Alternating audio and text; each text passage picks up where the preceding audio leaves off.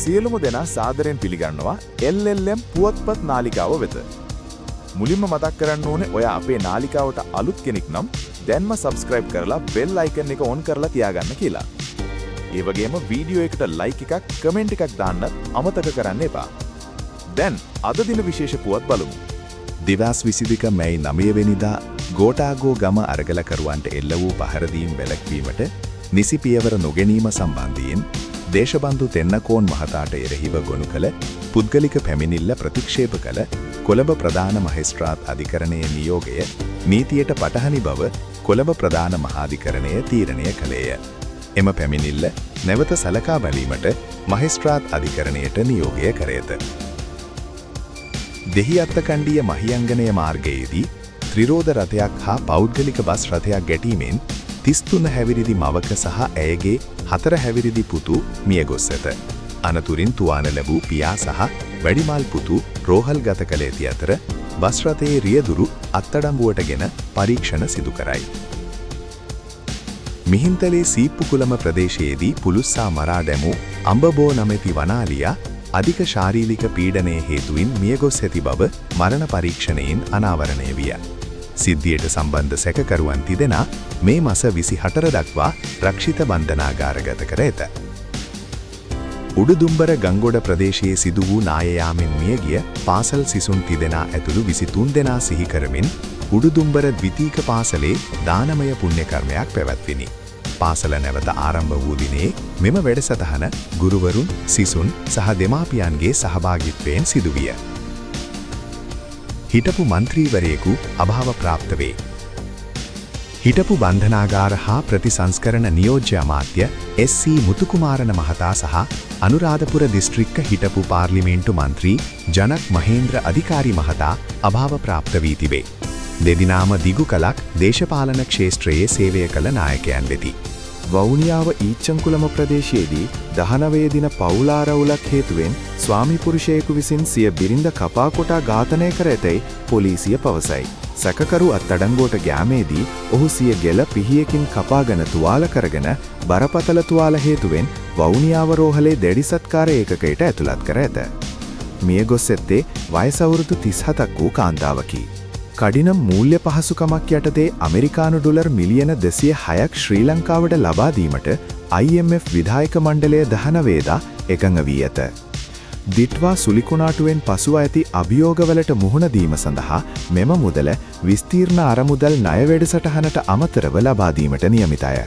නව ආණ්ඩුක්‍රම ව්‍යවස්ථාවක් හරහා විධායක ජනාධිපති ධුරය අහෝසි කර පාර්ලිමේන්තු ආණ්ඩුක්‍රමයක් ස්ථාපනය කිරීමට රජය කටයුතු කරන බව අගමැතිනි ආචාර්ය හරිනි අමරසූරිය පාර්ලිමේන්තුවේදී පැවසුවාය. ඒ සඳහා අධ්‍යයනයක් ආරම්භ කර ඇති අතර ව්‍යවස්ථා කෙටුම්පත මහජන සංවාදයකට ඉදිරිපත් කර ජනමත විචාරණයකින් සම්මත කිරීමට අපේක්ෂා කරන බවට සඳහන් කළාය. නව ව්‍යවස්ථාවක් නොමැතිව විධායක ක්‍රමය අහෝසි කළ නොහැකි බවත් කාලසටහන ඉදිරියේදී ප්‍රකාශයට පත් කරන බවත් ඇය කියා සිටියාය. එසේම පරාට් සභා මැතිවරණය 2026 දී පැවැත්වීමට මුදල් වෙන් කර ඇති බවද අවධාරණය කළාය.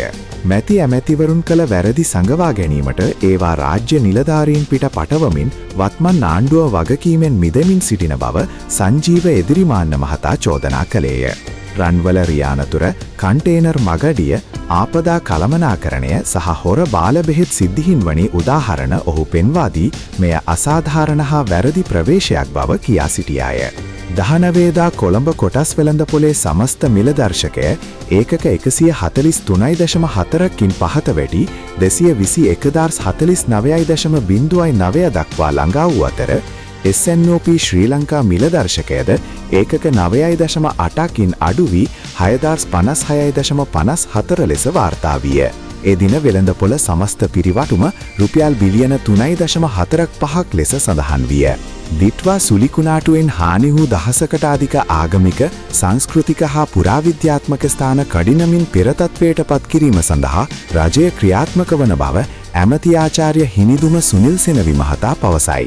මෙම ප්‍රතිසංස්කරණ කටයුතු මහා සංඝරත්නය සහ සියලු ආගමික නායකයන්ගේ මඟ පෙන්වීම යටතේ සිදු කිරීමට නියමිතය.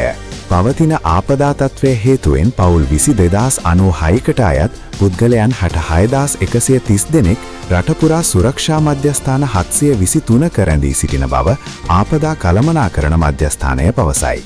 වැඩිම සුරක්ෂා මධ්‍යස්ථාන ප්‍රමාණයක් මහනුවර දිස්ත්‍රික්කයේ පිහිටා ඇති.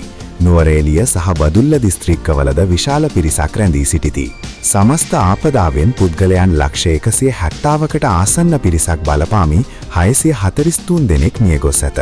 චීනයෙන් ආනයනය කර ශ්‍රී ලංකා රේගුව භාරේ රඳවා තිබූ ජෝන් කීල් සමාගමේ වාහන 166ක් රේගුව අභියාචනාධිකාරණය හමුවේ ඊයේ එකඟ වී ඇත. මෝටර් ධාරිතාවට අදාළ ගාස්තු ගෙවීම සහ බැඳුම් කර ලටතේ වාහන මුදා හැරීමට නියමිත අතරේ මෙම පෙත්සමේ විවාදය ලබන මාර්තු 7 වෙනිදා ආරම්භ කිරීමට අධිකරණය නියෝග කළාය.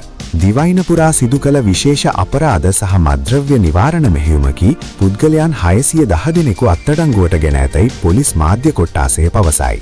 එම අතර වරෙන්තුකරුවන් 274 දෙනෙකු බීමත්ව රියධාවනය කළ 43 දෙනෙකු ඇතුළත් වන අතර පුද්ගලයන් 29131 දෙනෙකු පරීක්ෂාවට ලක් කර ඇත.